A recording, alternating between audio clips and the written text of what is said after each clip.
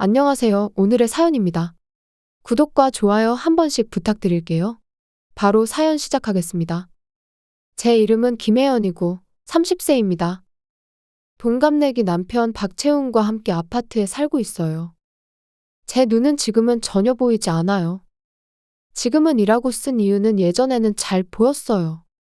어렸을 때는 안경 없이 맨눈으로 양쪽 모두 1.5는 보였는데 10대 후반쯤부터 점차 잘 보이지 않고 난시와 근시로 고생하기 시작했어요. 너무 잘 보이지 않아 안과를 찾아갔더니 진행성 안구질환 진단을 받았어요. 진행성 질환으로 진행 속도가 빨라지면 실명할 가능성도 있었어요. 치료법으로는 결국 각막 이식이 필요하다고 했어요. 진행 속도는 사람마다 다르다는 의사의 말을 듣고 몇 달이 지났어요. 생각보다 병의 진행 속도가 훨씬 빨라서 안경으로 교정할 수 없을 정도로 눈이 거의 보이지 않게 되었어요. 왜? 나한테만 이런 일이. 일도 할 수 있고, 연애도 할 수 있고, 언젠가는 결혼도 할 거라 생각했는데, 이런 눈으로는 아무것도 할 수 없어. 그렇게 울고 또 울었어요. 부모님은 계속 저를 다독여 주셨지만, 당시에 저는 충격이 너무 커서 부모님의 마음은 모르고, 상처되는 말만 했었어요. 그런 저를 바꿔준 건 어느 밴드의 노래 덕분이었어요. 힘들었던 시절의 유일한 버팀목이 음악이었어요. 우연히 본 유튜브에서 나오는 노래가 제 마음을 위로해줬거든요. 그 후로 그 밴드의 노래만 듣게 되었어요. 힘을 얻는 것 같았고 점점 생각도 긍정적으로 바뀌게 되더라고요. 아빠, 엄마, 그동안 미안했어요. 이제부터는 저 혼자서도 잘 살아갈 수 있도록 노력할게요. 그동안 방황하던 제가 이런 말을 하니 부모님은 많이 놀라신 듯 했지만 앞으로 포기하지 말라고 말씀해 주셨어요. 그때부터 열심히 공부했어요. 시각장애가 있어도 일을 하기 위해 여러 가지 준비를 시작했어요.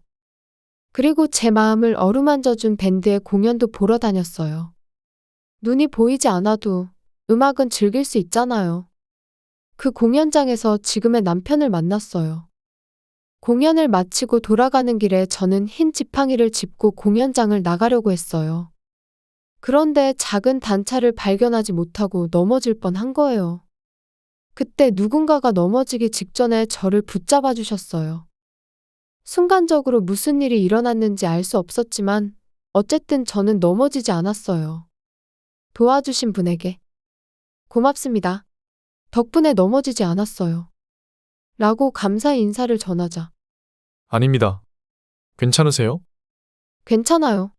덕분에 안 다쳤어요. 어디로 가시는 중이셨어요? 만약 전철로 가시는 중이었으면 역까지 모셔다 드릴까요? 딱히 다른 곳으로 데려다 주려고 하는 건 아니에요. 정말 역까지만. 조금은 조급한 듯이 말하는 모습이 재미있어서 저도 모르게 웃음이 나왔어요. 그럼 여기까지만 부탁할 수 있을까요? 이 사람이라면 믿어도 될 것 같다는 생각이 들었어요. 이렇게 시작된 만남이 결혼으로까지 발전하게 된 거죠. 공연장에서 만난 그와 몇 번 차를 마시거나 밥을 먹게 되었어요.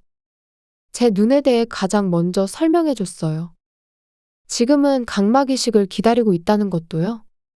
요즘은 시대적 상황 때문에 몇 년 전보다 각막 이식 건수가 줄었어요. 그는 제가 눈이 보이지 않는 것에 대해 전혀 신경 쓰지 않는다고 했어요. 처음에는 친구로서 정말 친하게 지냈어요. 눈이 나빠지고 나서 새로 친구를 사귄 것은 처음이라서 저는 무척이나 기분이 좋았어요.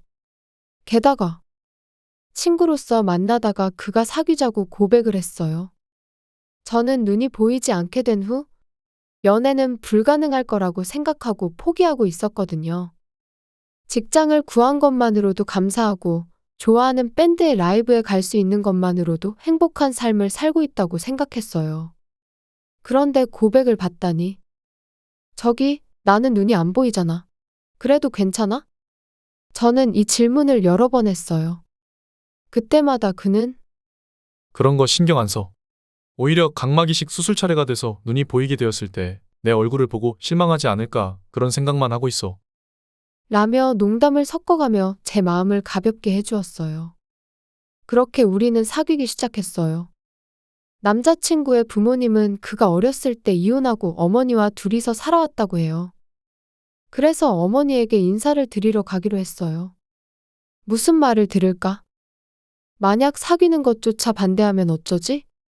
불안함이 컸지만 막상 만나보니 오늘 잘 왔어. 이렇게 만나서 이야기 나누는 나를 기다렸어.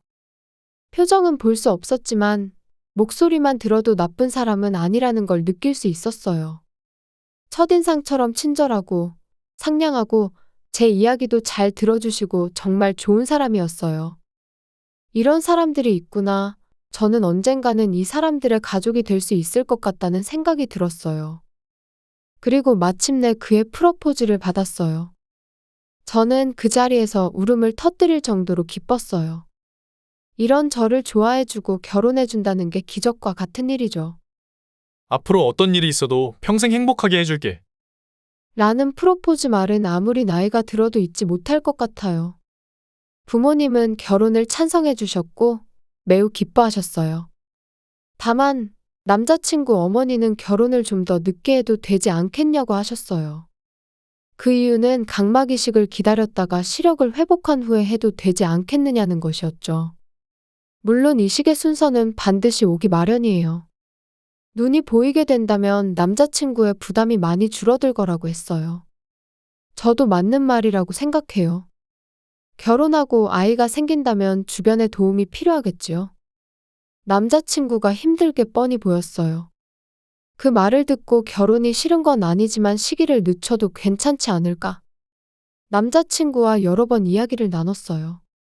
하지만 남자친구는 수술 전에 결혼해도 상관없다며 아내를 보살피는 건 당연하다며 결혼을 미루고 싶지 않다고 했어요. 결국 남자친구의 어머니를 여러 번 설득한 끝에 결혼할 수 있게 되었어요. 결혼 생활은 즐겁기도 했지만 힘든 점도 있었어요. 제가 할 수 있는 범위 내에서 집안일을 했지만 역시 남편에게 부담이 되는 건 사실이었어요. 시어머니는 스스로 결혼을 결정한 거니 나한테 의지하는 건 정말 최후의 수단으로 생각하라고 말씀하셨어요. 물론 늦추라는 말을 듣지 않고 결혼을 강행했으니 당연한 반응이라고 생각해요.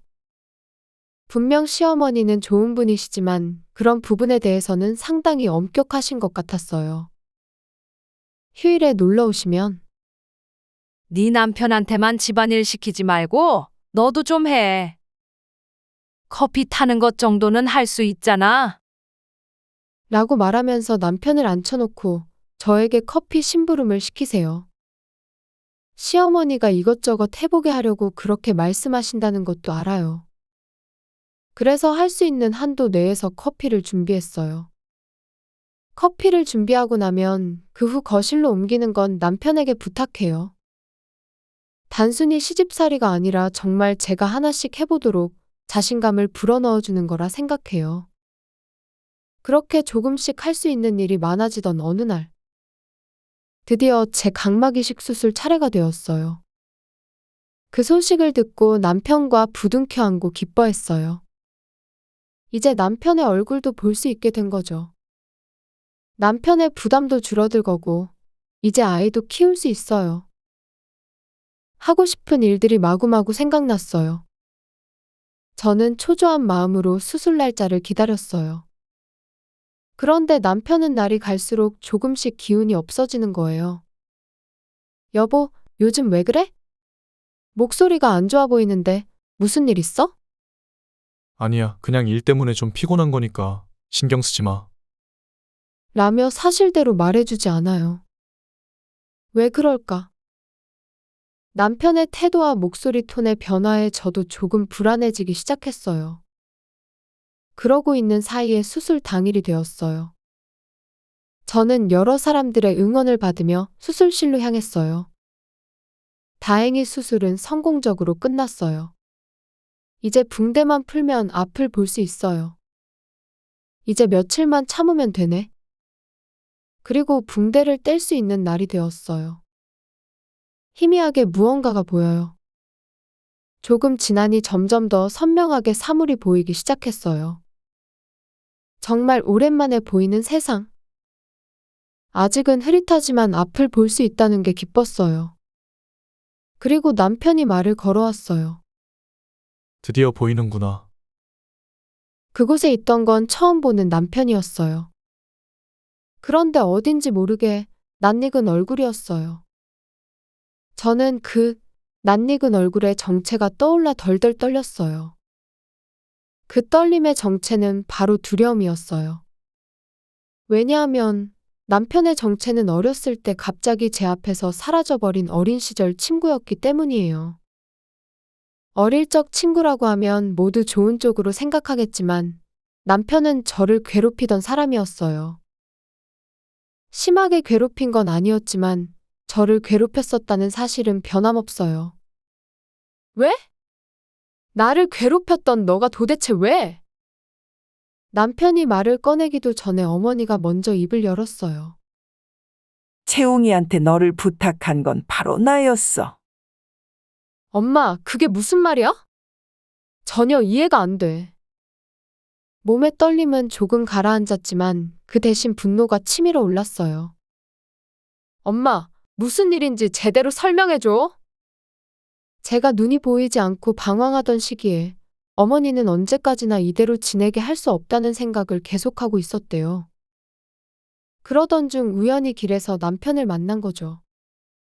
아니, 오히려 남편이 먼저 알아봤대요. 혜연이 어머니 아니세요? 저 어렸을 때 옆집에 살았던 박채웅이에요. 채웅아. 그동안 잘 지냈어? 갑자기 이사 가더니 오랜만이네. 어머니는 제가 괴롭힘 당한 건 전혀 모르세요. 그땐 아무 말도 할 수 없었어요. 부모님이 이혼한 것 때문에. 그렇게 남편과 잠깐 이야기를 나누게 되었다고 해요. 그러다가 제가 눈이 안 보이는 상태라 많이 힘들어한다는 이야기도 했다고 하고요. 남편은 제가 기운 차릴 수 있도록 도와주겠다고 했대요. 제가 어렸을 때 혜연이를 많이 괴롭혔어요. 그때는 혜연이를 좋아했었는데 좋아한다고 솔직하게 말하지 못하고 대신 관심을 끌기 위해 괴롭혔어요. 성인이 된 지금도 후회하고 있어요. 게다가 어떤 여자애와 사귀어도 혜연이를 잊을 수 없어서. 이번엔 용기 내서 좋아한다고 말하고 싶어요. 설령 눈이 보이지 않더라도 이번만큼은 용기 내보고 싶어요. 어머니는 처음 듣는 이야기에 깜짝 놀라셨대요. 그리고 아까 말했듯이 제가 어릴 때 혜연이를 괴롭혔었어요. 어렸을 때는 좋아하는 여자일수록 괴롭힌다고 하잖아요. 그러니 너무 신경 쓰지 마셨으면 좋겠어요. 그래서 저를 밝히지 않고 만나게 해주시면 안 될까요? 언젠가는 이야기를 하겠지만 그때까지는 그냥 처음 만난 사이로 해주세요. 멋대로 부탁드려서 죄송해요. 이렇게 해서 남편은 우연을 가장하고 제 앞에 나타나게 된 거예요. 그 후의 이야기는 지금까지 이야기한 대로예요. 시어머니도 이 작전에 동참한 사람 중 한 명이고요. 다들 저를 속이고 있었네요. 앞을 못 본다고 해서 예전에 저를 괴롭혔던 사람에게 저를 맡긴다는 게 말이 돼요? 제가 그때 얼마나 마음고생했었는지 아세요? 그걸 좋아해서 괴롭혔다고 하면 쉽게 이해할 줄 알았어요? 제가 그 어린 나이에 이사 갔다는 소식에 얼마나 기뻐했는데요. 그런데 저를 속이고 결혼까지 시키다니. 여기서 저 혼자만 바보네요. 남편은 아무 말도 하지 않았어요. 자신이 속였다는 미안함이 있었기 때문일 거예요. 그리고 저는 결정적인 한마디를 내뱉었어요. 지금 당장 이혼해. 그러자 지금까지 아무 말도 하지 않던 아버지가 다가와서 제 뺨을 때렸어요. 찰싹하는 소리가 났어요. 저는 지금까지 아버지에게 맞은 적이 한 번도 없었어요. 아버지는 조용히 말하기 시작했어요. 박서방이 너를 많이 괴롭혔던 것 같구나. 하지만 다시 만나고 나서 박서방이 얼마나 널 위해 노력했는지 잊지는 마. 앞이 보이지 않는 너를 위해 얼마나 고생했는지 알지? 아무리 사소한 일이라도 최선을 다해 도와주었던 거 몰라? 분명 혼자 사는 게 더 편할 텐데도 불구하고 너와 결혼한 거잖아. 물론 속인 게 안 나쁘다는 건 아니야. 하지만 그렇게 쉽게 이혼을 말하는 건 좀 아닌 것 같다. 진정하고 박서방 말도 좀 들어보고 하는 게 어때? 아버지는 어머니와 시어머니를 데리고 병실에서 나갔고 남편과 저만 병실에 남았어요. 남편이 겨우 입을 열었어요. 정말 속여서 미안해. 괴롭혔던 과거가 사라지진 않겠지만 너와 새로운 마음으로 행복하게 살고 싶었어.